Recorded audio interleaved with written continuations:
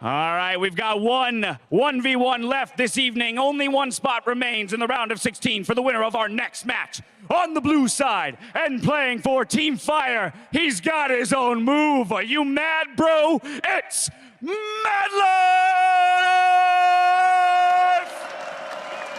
Y en el otro lado tiene el nombre de un arma porque es un asesino, el doble finalista mundial. Ratatatatatatatata, ratatatatata. Come on, James. Sí. All right, man, give us a show! They're getting more and more crazy up there. It's day one. It's only day one, yeah. There's a lot of 1v1s to go. We have them every single day. Tomorrow is obviously the other side of the bracket. I feel like tomorrow they'll arrive with like a group of backup dancers and have like a whole choreography, you know, like Britain's Got Talent, like they go on to the next round. Go see what they can do. Tomorrow's all the Koreans except for MadLife playing. That's where Team Fire really brings out the big guns. But so far, Southeast Asian guys have actually won the 2 games they've played, so they're trying their best. MadLife versus Uzi, though. A matchup you've been dying to see pretty much whenever, except when it's 1v1. Yeah, the 1v1 is not something normally you want to see on Summoner's Rift between a support and an AD carry. Got banned against MadLife. I feel like Uzi has to be this has to be his wheelhouse. I mean, you are in a mode where AD carries are like the strongest. I'm pretty sure. Even within AD carries, like if you look at the likes of like, is Yellow Pete the greatest 1v1er of all time? Probably not. Probably not. His support was pretty bad as well, though. He did like get trained to carry hard, but if you look at like Uzi, master of like weaving auto attacks in between. True. Master of Vayne as well. Another little funny random story. There was a 1v1 tournament in China, and he tried to play Master Yi. Kelsey Moser told me, and apparently it went so terribly wrong that we probably won't see it again. Yeah. It was really bad for him. And then he had like the Royal Club, they put up like a vote for which AD carry he should play. They voted for Caitlyn, but you're never gonna get Caitlyn if you're Uzi in this mode. Obviously the first ban for MadLife. That is a great story. I'm glad you like my stories. I got more. AD fresh. It is MadLife after all. His Blitzcrank is also a thing he's very, very famous for. I would actually love to see him actually play it. I mean, Uzi will just play the Vayne. MadLife should also think that, oh, Uzi changing. Want something better. Yeah, on this not mode. want to run a Vayne into a Quinn. I like the Quinn though. I think Quinn is so good in 1v1. Especially if you can get the bird on the range creeps and the enemy champion again, then you can just generate so much push. Varus though was very good earlier today. Oh, at level 6, you get back from base with turbo speed, you can actually swing waves and just keep the pressure up. You can, but you can also lose the poking war against the Varus, and then suddenly he ultis you, and as a Quinn, well, you kind of need to be close enough to bounce on something to really dodge a skill shot like that, and that can be an issue for MadLife, but with the blind from Quinn, you definitely do have some tools that help you in the 1v1. Fakers watching them. Amateurs. Where's the Nivea? What's happening? He's definitely not getting baited into a Nivea 1v1. One, because the champion is actually really bad in 1v1s right now, and 2, Froggen's not here, so... No, he was only in the video, but he's actually not here at the event. Another bait by the casters. Yeah, again, we're trying to trick people a lot here. This time with picks, though, you guys saw them. It was Quinn, it was Varus. Summoner spells, no real surprises. It's Barrier, it's Exhaust. Maybe the only thing we could have seen was MadLife actually run Ignite for the all-in. Yeah. But that's... Barrier feels like a failsafe. If you're already winning an all-in, you're... Let's say this, like... You might walk away, but the benefits you get from it is probably just a bit preferential base timing and a couple of extra CS up. And if you ever get caught into a bad all-in, Ignite's never going to help you. So in that sense, playing it safe with a Barrier in case you miscalculate is the safer approach. MadLife did forget his Trinket. Not the end of the world, but it does help you. I mean, there are some brushes, yeah, especially now that brush that Greenfather's gift is in there. Exactly, you can just use to spot the guy in the brush. Especially when you're playing skill shot champs. Like, it doesn't matter if you're a melee, like auto attack range with only point and click, because then having knowledge that the guy's in the brush is really going to help you. But if you know roughly where he is, you could actually predict skill shots. Should see Uzi go with the E as well, level 1. Yes, he has picked it. I just checked on my own screen over here. Just better for level 1 trading and also the potential push. If you can actually get it on almost all the minions, like we saw. Yeah, really great E there. And he got to hit MadLife. Follow-up trade thwarted by MadLife though. Uzi could have maybe just went for more creeps. Seems to be a pattern: get one creep, get an auto attack. Sometimes gets punished. Chain auto attacks coming out here. Again, it is the push to level 2. Exactly. The trading early on is not that impactful because you just don't have enough damage to really take them down. People have enough sustain with the Dornus Blade coming in. Yeah, 3 creeps up here for Uzi, which means he actually has quite a bit to play with. You only need 1 range creep, and then you can just switch to the melee. That also gets you level 2, so it's actually 6 creeps if you just get more melees. This is tricky now. MadLife is only level 1. He got level 2 now, and then he goes straight for the all-in. Yeah. I feel like Uzi got baited there. Thought MadLife would be level 1 for a bit longer because of the range creep still being alive. That one on the bottom right there, that was kind of low. MadLife got a great trade there, despite being down on CS. Again, this is probably a matchup, if you keep it close enough CS that there's not a full Doran's difference on your base, Exactly. it's fine. Also, again, when you're playing against Varus and Jace, as we saw earlier, like so much about like draining the mana from them. MadLife is taking another good trade. Gets a few hits from the minions, actually ended up being quite bad for him. And he also mispositioned on the map because Relic was spawning and he positioned to the top side. Uzi just walked straight down to the bottom side. Yeah, in a vacuum, this trade was nice because he goes for the blind dash damage with the vision reset in the brush, but he's playing at the opposite side, so he loses Relic. Yeah, that is really, really important. Uzi got both relics here, so good advance for him. And again, that mana we talked about, well, it goes back to 100%. And MadLife keeps trying to trade, but he's losing out. Because also these minions are always chasing after him. Yeah, especially if he goes later on. It's probably no points in Q yet for Uzi, but if he does the same trade later on again, what's going to happen is on the back end of his auto attacks is obviously the Q to proc those stacks then. I mean, this is great for Uzi, honestly. Whenever he is taking trades, he's standing next to his counter minion. This is the first time he ignored the minions and went for it, and he actually got punished quite a bit. Yeah, he predicted MadLife jumping in there, but the Q itself just wasn't enough. Remember, these guys still have exhaust and barrier, but it might be worth using it on the front end more often here. I mean, here Uzi could have just waited for the minion wave, because again, he's standing next to his caster minion, so whenever MadLife jumps him, caster minions turn and hit MadLife as well. But I feel like he almost wanted MadLife to come out the brush there. Just get a Q in the face, 2 autos, E-proc. But didn't really give Uzi that big of an advantage compared to what we've seen before this one here. MadLife has I'm not been saying he was close, right. You're just saying that's what he wanted, but once again, MadLife, you're on the wrong side. MadLife's like, what are these things that keep spawning? He doesn't seem to understand the relics at all. Uzi's been getting 2 free relics now, and that is pretty huge. That's the mana, because mana translated to health. That was just a disrespect Q. I don't need this Q. That was a God beat Q, don't worry. Gotta be Qs go backwards. Yeah, true. Now they just missed. See, I wonder why they even hit the tower. That is a question I have. Like, I know it's a habit from AD carries, but you're never gonna kill that tower in the 1v1. Maybe he was waiting for the melee minion to get in position. You can still interrupt this one with Q. Yeah. People really also gotta learn how to recall. Like, if you actually do want to recall Press there, B. just please, just like, you know, step Step further away from the turret. Step away from that turret. Unless they're all baiting to like force a spell to be used. So I don't think guys they're all don't matter. baiting. Probably not. It's actually funny because we think a lot of these players know exactly what they're doing in the 1v1 mode, and then you stand behind them when they actually do Yeah, then practice. you walk into the room. They have no clue what they're doing. They're just like, can I trade? Can I kill this guy? Let's go! It's all a ruse. You walk into the room and then you realize they're just improvising. They're really good at improvising. Don't get me wrong. Although Uzi probably knows what he's doing. I feel like Uzi has been in this situation before. He also didn't go with the Master Yi pick, so he's taking it very, very serious. MadLife will get that one. Do not hit the minion before the tower. There you go. And now it's hard because the minions will hit it. Ooh! Sword extra because of the CS differential. It's the annoying thing with the minions. Good base here from Uzi. And MadLife got his first relic when he was already full HP. Congratulations. He's so used to losing them. He's like, I just want this now. He didn't have to take it because his wave is pushing towards Uzi anyway. It's just like, I will not see another one of my relics being lost to Uzi, so pushing out. So MadLife gets combat sets if he can surprise Uzi with the ulti, but it's pretty obvious when he turns into a giant bird. Yeah, and he actually didn't even skill the ulti because it's so hard for him to use it properly and cost a lot of mana early on as well. Just went for another rank into his E, so he's like E, Q, 3 in E, 2 in Q. That is where he's focusing right now. Uzi, of course, took his ulti on the Varus. Uzi might actually go for counter engage you with ulti. Oh, he missed it! Uzi, you had the minions in your favor. You just have to stun the guy. You'd force his defensive summoners. The LP would have landed that one. Well, MadLife, he's near the relic, but it's not there because he took it before. It's like, where is this thing? Maybe spawners to like he's learning. He's adapting. Another good proximity trade here. Q misses obviously. Blocked by a minion. He's actually on this. There we Got go. it. MadLife this time around. He gets it. Success story, honestly. Improving. It's very important, though, that particular relic. Right now, Uzi has to wait for his next ultimate to come up. Because MadLife in 1v1 trades is obviously going to win.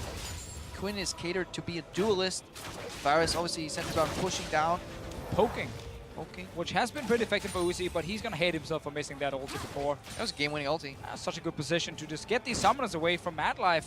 I like actually the sustain buy as well. It is so important because MadLife are not all inning like Uzi and just killing him 100% to 0. He's like jumping him 2 or 3 times. Yeah, consecutive set of all-ins, and he will only pull the trigger to go real hard if Uzi stays below that 60% health mark. And he still has 2 minion advantage once he's picked up all these minions here. MadLife again jumping in, and Uzi winning the trade. Ooh, this is rough for MadLife, so at worst he'll have to base here. And then he's too far down in CS, honestly. Yeah, so that's a great trade, and now the sustain. So Uzi technically doesn't have to base anymore at all, because it's not like MadLife is picking up more items. If MadLife bases again, then Uzi will just get to the 100 CS here, so this is a really good opportunity. Also, he's skilling in more spells in the, or rank ups right now, so the AoE just keeps increasing, so it makes it much easier to get the CS, keep the push going. And he knows he can use the relics to get mana back, even though he doesn't need it for HP, so he can just keep flying away. Like every time you take 1 relic, it's like 1 ability you can use extra. And that's all he needs. Couple minor things as well. Auto attacks 2 creeps to get the stack on. The E then finishes them off completely. Could finish off some other creeps after. Again, just trying to optimize push here, keeping MadLife locked up. We're looking at a 9 CS differential, 11 CS differential rather. And serrated Dirk here from MadLife. Again, it's not often we get to see like completed items. Obviously, this is not fully completed just yet, but he has gone for that one. And with the lethality change, while it's not as effective in the early game anymore with the pure armor pen, serrated Dirk just gives him extra lethality, and at level 8, it actually evens out with the old one, with the old armor penetration. So it is fine now because Uzi is level 8 and it's on enemy level. Yeah, MadLife wants to go here. He really wants to keep Uzi away from the wave. Really good trade. Has to dodge the ulti now though, because he's stuck against minions coming in. Yeah, a lot of minions coming taking I feel like more. Uzi could have kept going on that trade, especially since he had barrier and he had minion assistance. The fact that he goes to base right now. But he wants to play it so safe because he has the CS advantage. He didn't want to risk no matter what. Even if he looks back and probably said, yes, I could have taken that trade. I think he also just saw the upfront damage. Now that, again, that armor penetration or lethality is kicking in from MadLife here with level 8, as we mentioned before. It's only going to get stronger in that case. But I think he just literally said, I'm going to play super safe. I'm winning on CS. And we're so close to 100. If MadLife bases one more time, he has to skill the birdie. This could be the thing. If he gets level 9 bases, gets bird up, he has basically 2 ways to do it. Let's see how close he is. He's a half level away. Pretty far. Maybe a mistake for not skilling the ultimate here. It's kind of an emergency evacuation pod. Now he's down in this trade here. Uzi's going for it. Getting MadLife extremely low. But once again, not chasing. Not chasing, just taking the free CS right in front of him. He needs to get level 9 for the ulti now. Honestly, it's an all-in. 13 CS remain, 2 waves. Uzi does everything perfectly. I mean, Uzi's not going to miss CS here. Like, he's not really under pressure. So used to farming as well. Getting every single one. One more wave for Uzi. That means MadLife needs to all in without barrier, without ulti. There he gets level 9. Is he skilled? Doesn't skill it. Doesn't skill ulti. It's just going for... But he has to go in here and doing this wave. Uzi can just like focus on the minions all the way down. That's what he's doing. 1 E onto the caster minion. They're dead. He has MadLife. He's going for it. Won't be able to do anything because he's in the minions as well. MadLife is just in such a tough spot. Q doesn't connect. Looking for another Vault Boy. For minions, 2 more minutes. The casters. No Q because he missed it. That's over. That's over. Uzi playing in control. We've seen other players go for crazy all-ins even when they actually would win. No tower shots. Uzi is 100% serious here. And he's a man who can win this 1v1 tournament for sure. Would definitely be one of the favorites now that Bjergsen and Doublelift dropped out. Yeah, solid play, honestly. Saw a couple good trades here, but we see why Varus is such a wanted pick overall in the 1v1 landscape. It's so annoying to play against because he can hit you even when you're behind minions in these trades where a lot of the other picks different spells as well. 2 different spells. And then he just runs like barrier exhaust. So he's like, if you ever engage on me, I'm just going to use them and then ulti and walk away. Yeah, and obviously as we approach the final moments again here, and one of the reasons why people start that E is because it doesn't get reduced if you hit it through like a bunch of minions. See, that's why Q is very hard because you can hide reduce Q damage if it goes through a lot of creeps. Yeah, and also if you step into a brush and he tries to fire a Q at you, it doesn't hit the minions, but the AoE of the E can obviously hit both casters and slightly into the brush there and get a bit of extra damage. So really well played from Uzi. Varus has shown to be one of the absolute best picks so far in this tournament. Caitlyn obviously been banned so much, and Kennen, 100% win rate. whenever he's been open, he's won. Great sample size right there. That's how you use stats, by the way. Just look at one game. Every single time Kennen got picked 1v1, time. he came out victorious. Exactly, and that's why you should ban it, like we saw the guys do here. Nasus perm ban. Nasus hasn't yet to lose a single game in the 1v1s. What a beast. Tom Kench hasn't lost yet either, and I think Tom Kench is the sleeper pick in this tournament, and Turkey agrees with me. That's enough from us, though, guys. Yes. Let's send it back over to the analyst desk to take a closer look at the madness that we just witnessed. Great toss over, Kreppel. Great hosting abilities there as well. So, first things first, 4-3 for Ice. Ice had 4 wins, Fire had 3 wins, which is, of course, important looking down the line. And, of course, have a happy Jankos here.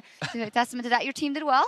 My team did well. I'm impressed, compared to EU that lost versus an A first, round, then my team did well. I'm happy. Well, let's take a look at all the kills, starting with game 1. Expeke on Kennen versus Afromu on Draven, and the takedown. Afro, we were expecting a lot out of him. Peke in the hometown gets that stun. Afro chose the trade right when he had going buff. fast, Olaf for impact. Yeah, this one was the closest one for sure. I think if Mouse would have continued to run away at the end of this play, then he may not have taken that last hit from impact. Yeah, and the next one is then Bjergsen versus Clearlove, of course, a defending champion on Jace, but he gets taken down. I think the jungler has the upper hand. I'm not sure how Bjergsen lost this one, but it's pretty impressive that Clearlove actually managed to kill him somehow. Like, very well played.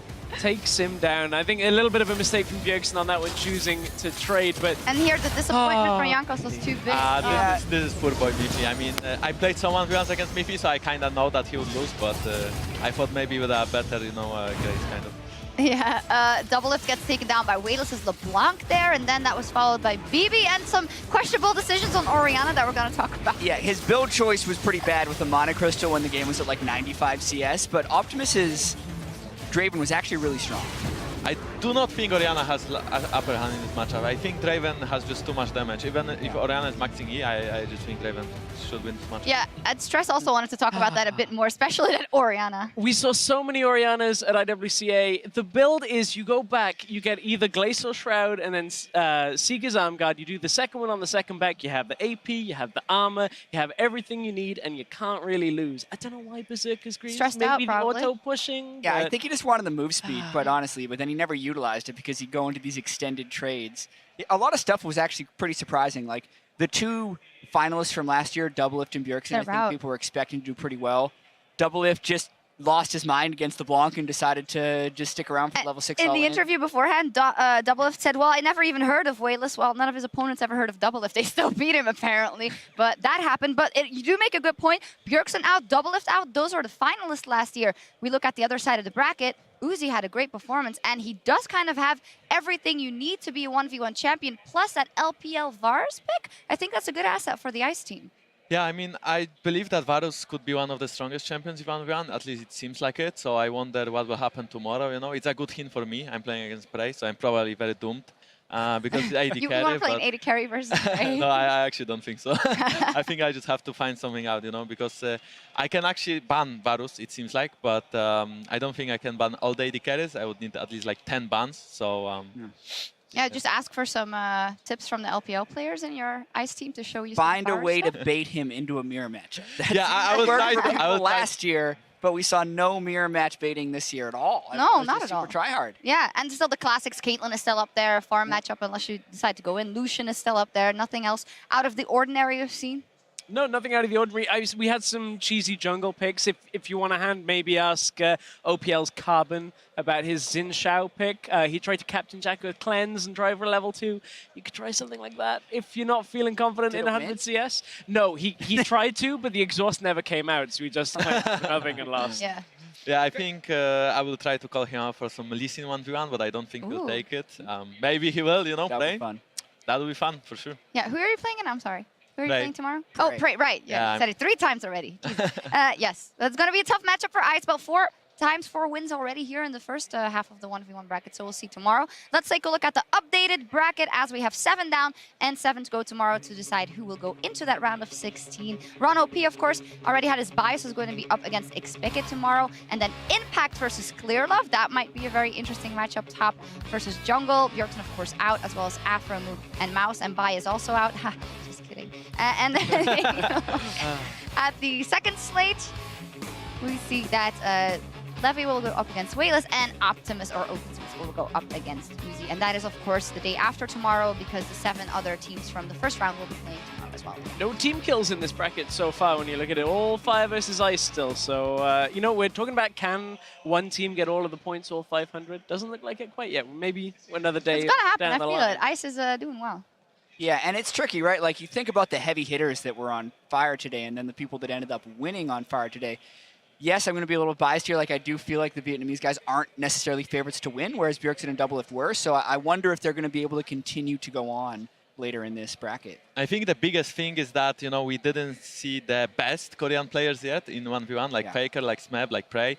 So I'm pretty sure, you know, at least I believe that Faker will meet Prey if I lose tomorrow and Faker wins. So that's up for Ice, but except for it, I believe that Koreans will take over. All right, we'll see what happens. And some of them are up next. We're taking a short break. But when we return, the unkillable Demon King Faker takes to the stage with the rest of the Korean All-Stars to take on the best from the LMS. Now we are here to introduce the 1v1 tournament, the pinnacle of competitive League of Legends. And out there on the Howling Abyss, it is just mano a mano! See, trading back and forth. Afro is going down. He's down. Oh, he has no mana for anything. Oh, he gets him. Double lift! I like it. Whoa!